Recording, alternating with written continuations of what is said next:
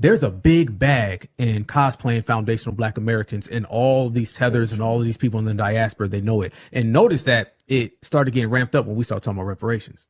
You know, when we weren't talking about reparations, they were like, yeah, well, you know, whatever. Yeah. As soon as we start talking about reparations and getting money for foundational Black Americans, then all of a sudden we got third, fourth, fifth cousins from Nigeria, from Kenya, from Jamaica.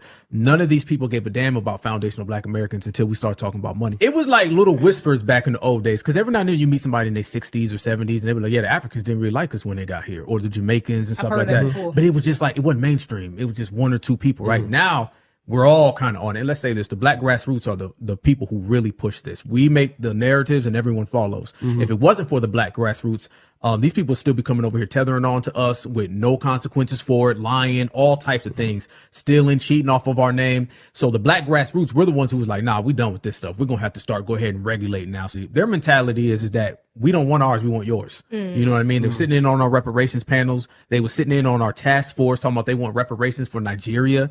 When Joe Biden goes over there to Africa and he says he's going to give them $55 billion for slavery, they didn't say, oh, by the way, that's not us. That's the Black Americans. They just said, thank you, brother, and shook their hand and took the money. Foundational Black Americans have always focused on ourselves. We don't really have time in the system of supremacy to think about a Jamaican, right?